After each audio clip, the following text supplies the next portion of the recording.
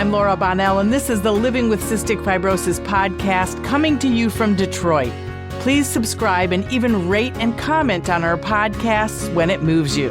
I learn something new with every podcast, and I'm always inspired by the people that are showcased here. We don't give medical advice. You need to connect with your doctor for that. I hope that this Living with Cystic Fibrosis podcast educates you and sparks some volunteering or advocacy. The CF community needs people like you.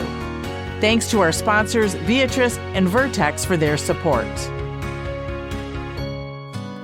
So in this podcast, you're kind of going to get a montage of what's going in my head with the upcoming event, our biggest fundraiser, October 5th. I've just been thinking a lot about where we've come since the foundation started 14 years ago, kind of how we got there and changes that have occurred in my life. But I constantly have thoughts about so many things, as we all do. And I thought, well, I'll just do a little podcast about some things that have been going on in my brain. So it'll be quite the adventure for you, I promise. You know, it's been from radio to cystic fibrosis and even beyond that. And it's funny, when I began working full-time at my foundation in 2019, I decided initially that I wasn't going to talk about being a news reporter anymore unless it was necessary. Because who wants to hear me say, when I was a news reporter, I feel like people always think, oh, you mean a has-been back in the day, what you are no longer? And I was really beating myself up about that. And then I decided that's who I have always been. And I wasn't a news reporter for a year or two. It was 25 years. It was an entire career. And I knew that's what I wanted to do since I was 12. I knew that I wanted to be a reporter. I always thought that I could do an equal or a better job, even back then when I was young. And I was always looking for answers. My dad, Leonard Teicher, he was an attorney, and he was always reading the newspaper and paying attention to the news. And I loved all of that.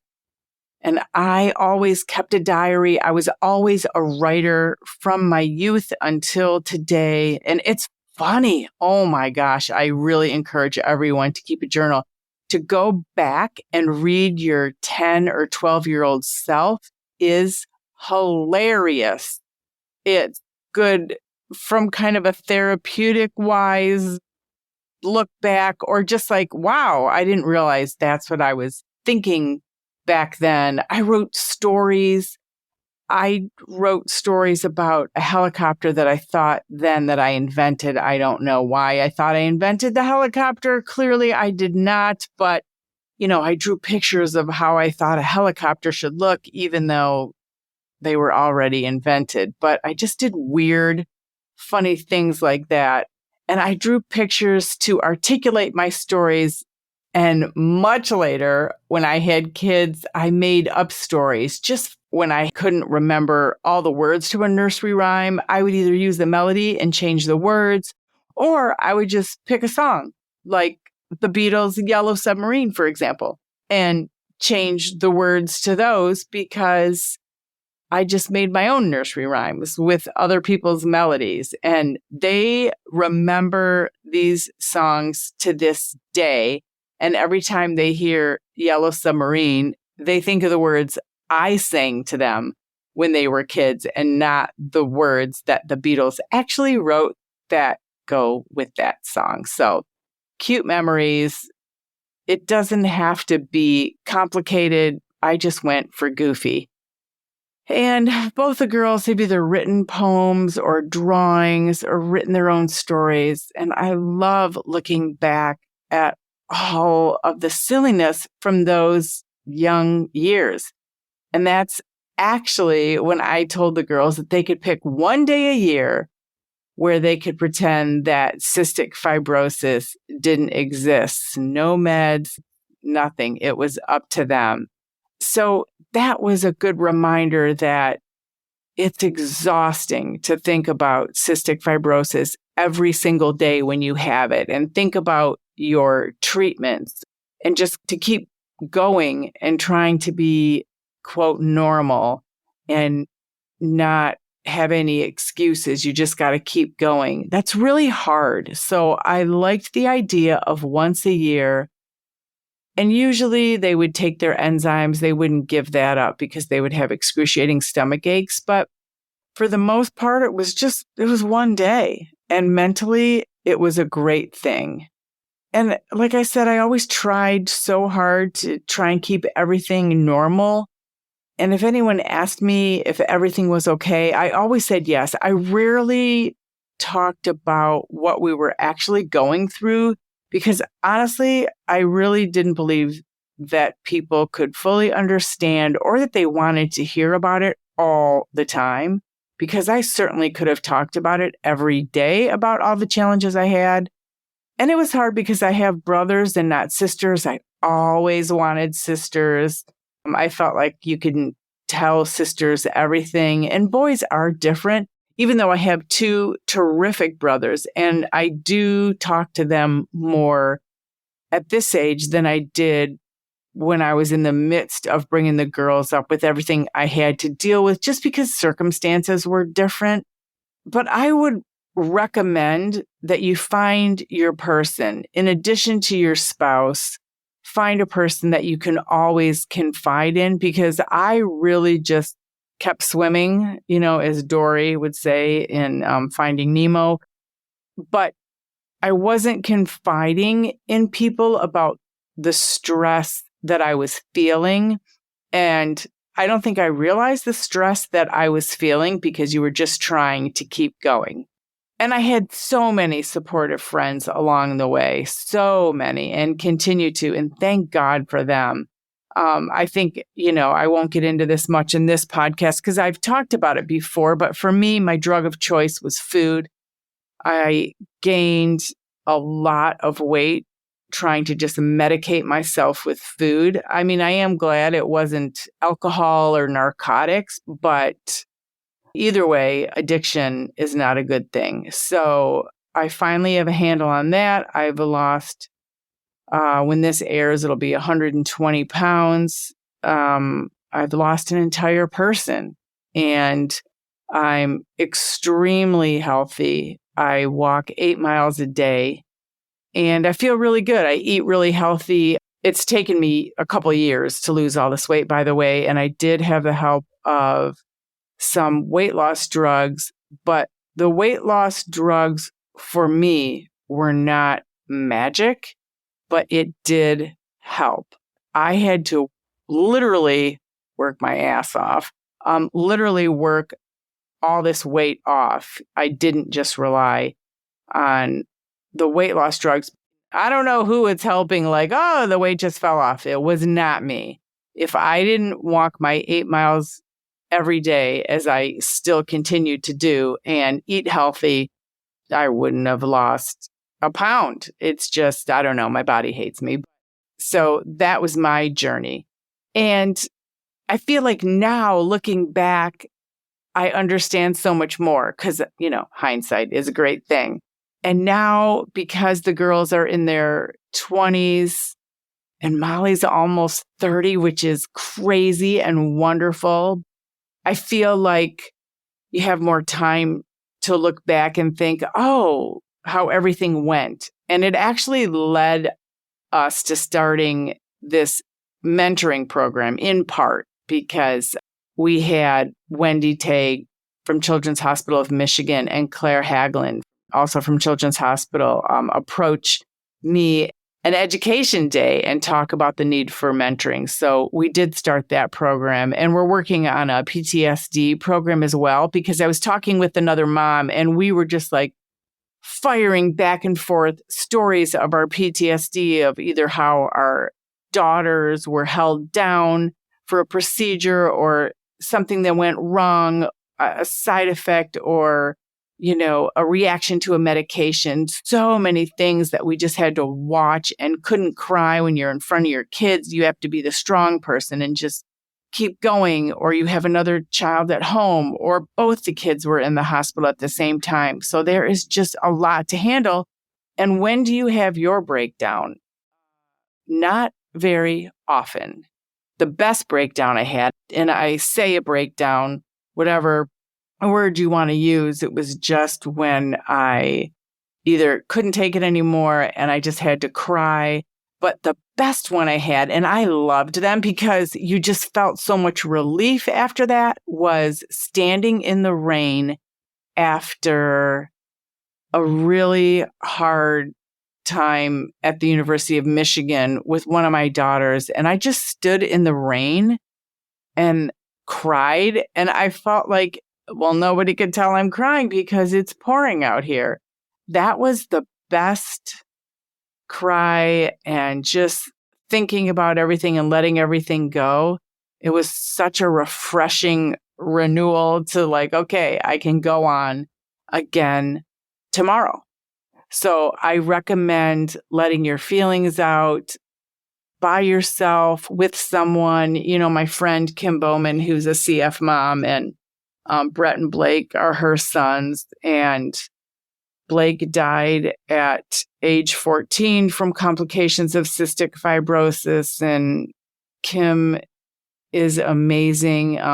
Brett is doing well, but he had massive challenges. And Kim and I, the kids were both in the hospital at the same time, and we went down to like a garden area to talk, and we just sat there and cried. And we think about that to this day. Like, that was so important. It's always good to know if you can put it out there, especially on social media, like, hey, I'm in the hospital. Is anyone else here? Because you don't always know. So you can meet up with another CF parent. It's very, very helpful. I have trailed off a little on my thought because that's what I do. But I also wanted to talk about, you know, your passion, your purpose. I felt definitely news reporting was my passion. I always wanted it, as I said, and then I became a news reporter in radio, mostly in radio and in television. And I have to say, I did a really good job. I took it very seriously. I never wanted to get any details wrong. I always wanted to tell someone's story. I never abused the privilege I had. It was wonderful also to have the power to be able to say, hey, I need to interview the governor, or I need to talk to this lawmaker. It was something that I always understood gave me an edge. It was access that other people just couldn't get. But when you were a news reporter, you did. And it was important to make sure that all the information was correct and that you told the right story. And for me, talking to parents and sharing stories, that's what reporting is always about. It's about storytelling. And it became more urgent as social media grew and everything had to be immediate and right away. And it also became a challenge because you had to have video. You had to write things and make sure, you know, you got the correct information out in every angle. And you had to, you know, go live on your social media in addition to going live on the radio as well, which I loved and thrived at. And it was fantastic. And then when cystic fibrosis came into our lives, I was like, okay, this is my purpose. My passion was radio, and it gave me the voice to raise awareness about cystic fibrosis. And I've loved that ability to do that and using my same skills. I was a news reporter for 25 years, and I continue it in my foundation. Obviously, this podcast and everything that I do, you know, it's really important to use what we're good at, right? So that's why I enjoy the podcast so much and talking with other families and doctors and sharing stories, because that information helps other people.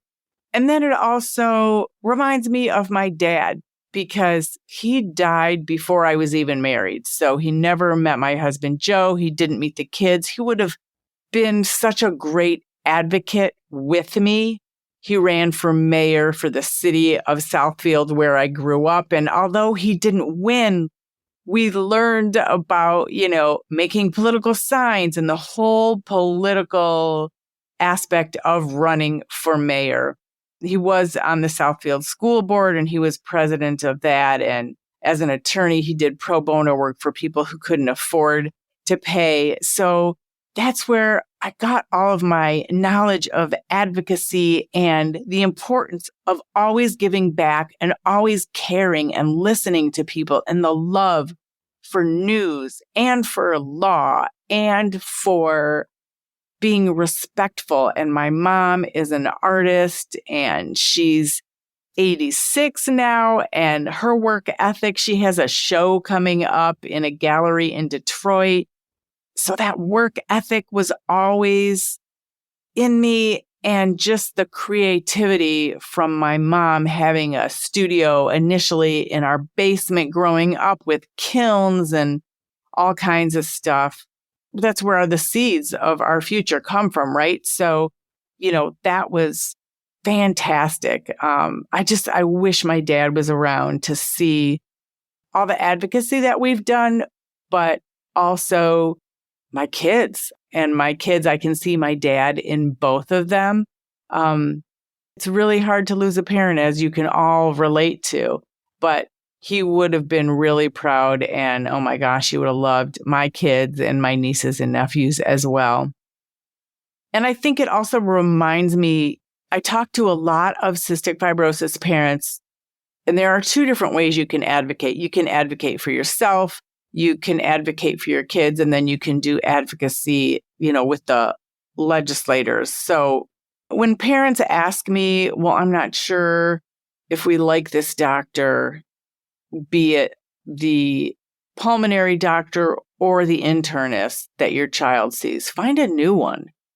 As long as it works with your insurance, you don't have to stick to a doctor that isn't hearing you.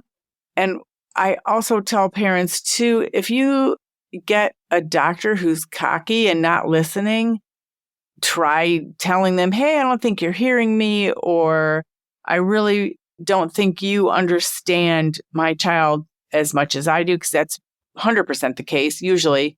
And there are so many fabulous CF doctors out there. You want to make sure you get one of them. And when your child is transitioning into adulthood and handling everything themselves, I think one of the easiest ways to find a doctor is if you call them by their first name. If they get offended, see another doctor. Don't even waste your time. And if they don't get offended, then you have somebody who isn't an egomaniac, and it's a real simple way to know that they will listen to you and they'll be a friend on this journey.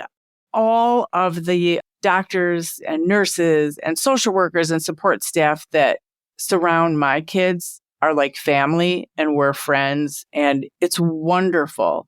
And it's wonderful also to have our CF community, right? All these CF moms that I hang out with, that I talk to, that I'm able to text or be on Zoom with or get a second opinion with.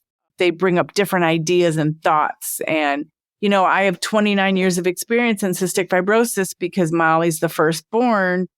And yes, I know a ton of information and I can help other CF moms, but I also tell CF moms who have kids even younger than 5 that have cystic fibrosis, they also have new knowledge, and they also have things and experience that they can give even a parent who has as much experience as I do. Maybe they found a new way to give enzymes to their kids. There's all sorts of things. I talked to a mom who has different ideas on the whole enzyme situation.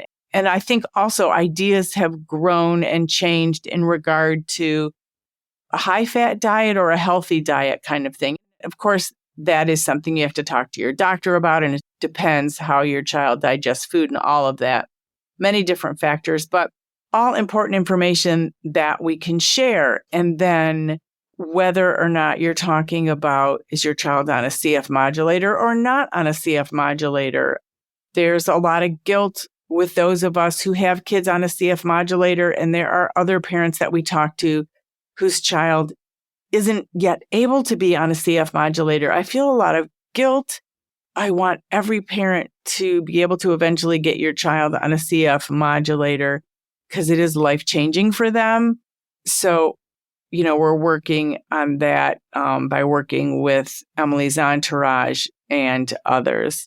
And again, I'm jumping all over the place because that's what this podcast is, Laura's brain, jumping all over. The other thing is, I hope we can raise the status of nonprofits, because I sometimes think it's like, oh, just working for a nonprofit, it doesn't get the status of maybe a corporation. And this isn't about ego. Nonprofits are changing the world and communities.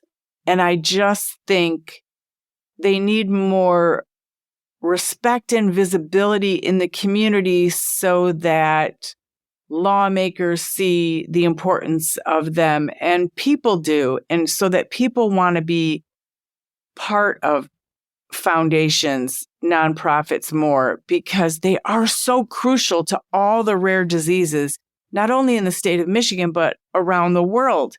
And as more and more companies are saying, hey, you have to volunteer at a nonprofit and kind of raising it up, that's really important. But I just wish that everyone in some fashion or for some amount of time could volunteer for a nonprofit, donate $10, whatever your budget is that you can afford to a nonprofit, and not have expectations that everyone should just be volunteering at nonprofits, that they should also get a wage that is sustainable, because the work that we do is very important.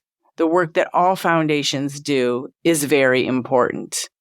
And kind of skipping to legislation now, the Rare Disease Advisory Council, which hopefully will pass the full Senate very soon, because it is up and running in Michigan's Department of Health and Human Services, and I was appointed to this board. It will give us the ability to talk to lawmakers about how a proposed bill impacts the rare disease community, of which there are 1 million people in Michigan, and every state, 10% of your population is rare. It's an important fact to know. So there are so many people that are impacted in the rare community. And another thing is, just as a reminder, 40,000 people in the United States have cystic fibrosis, but people of color are underdiagnosed, and there are 10 million carriers. So a lot of people are impacted. And it isn't just the 40,000 people who have CF, it's their spouses, their future spouses, their parents, grandparents, all these people that are impacted by the person who has cystic fibrosis. So it is a much larger community. The other thing I want to kind of get back to is mental health. It's so important to talk to your friends, and everybody has something, right? So you're dealing with cystic fibrosis. Your friend might be dealing with specifically mental health or anxiety just in their children, or they might have a horrible cancer diagnosis or another disease. So everybody has something, and it's helpful if you're able to communicate and get the word out to your friends that, hey, I'm struggling today. I learned now, thanks to my daughters, you can just send a Starbucks gift card or any kind of gift card over your cell phone to somebody and just say, hey, have a great day. My daughters have actually done that for me. And when I get that, I'm like, oh my gosh, it's actually a big thing. Whatever the amount, even if it's $5, it's so nice to remember that somebody thought about you. So I highly recommend that in just a texting like, hey, how's your day going today? Because life is hard. Life is wonderful, but it's also really hard. I also want to say at every age, I found that including your children's thoughts and opinions was very helpful. from a young age, I always told my girls, if you don't like the person doing the blood draw, let me or let them know. You don't have to sit through 500 pokes if they aren't good at their job. So when you reach your limit, say, you know what, that's enough. I need a new blood draw nurse. And it's a pretty brave thing for a 6-year-old to do. But my daughters did it and it empowered them. One nurse was really scary and not listening to Emily. And she said, I'm done. I need a new nurse. And the nurse looked at me and I said, she's done. We need to find someone else. And I don't know if every clinic and hospital can do this, but the life flight nurses, when you have a really hard case, I would ask for them. They're pros. I mean, they're doing it in emergency situations. And this was actually in regard to placing a PICC line. It was really hard for them to place in Mali for whatever reason. Oh my gosh, it was so stressful. And for Emily, we asked for the flight nurses. And when possible, they would do the PICC lines. It was, no offense to anyone, but they're experts in it, like experts. And they would put the PICC in. Oh my gosh, it was so much better. So we started asking for them. And when possible, we would get them. So always ask. The other thing is when you're staying in the hospital with your child, we have hospital bags too, the foundation, if you ever need them, but we have given them to all the clinics in Michigan and we just sent them out to hospitals in Indianapolis. We're trying to get a big grant for that so we can send them out all over the country. Because when our kids are admitted to the hospital, you're not always thinking, I need my coffee mug. I mean, you might be thinking it, but you're not always able to grab everything. So we put phone chargers in there and toothbrushes and gift cards to either Starbucks or Dunkin' Donuts and journals and kind of everything that you might forget in there. So even if you have a little extra bag packed for yourself so that if there's an emergency, you grab that, you always have extra things sitting in that bag as a standby so that you don't forget cords. But don't pull things out of there during the regular days because when you go to grab it, then you won't have it in the hospital. So I'm really happy where the foundation is 14 years out. We started in 2010 to where it is now. We have so many programs and it's just grown. And I've met so many parents. Love you all. You have so much to offer.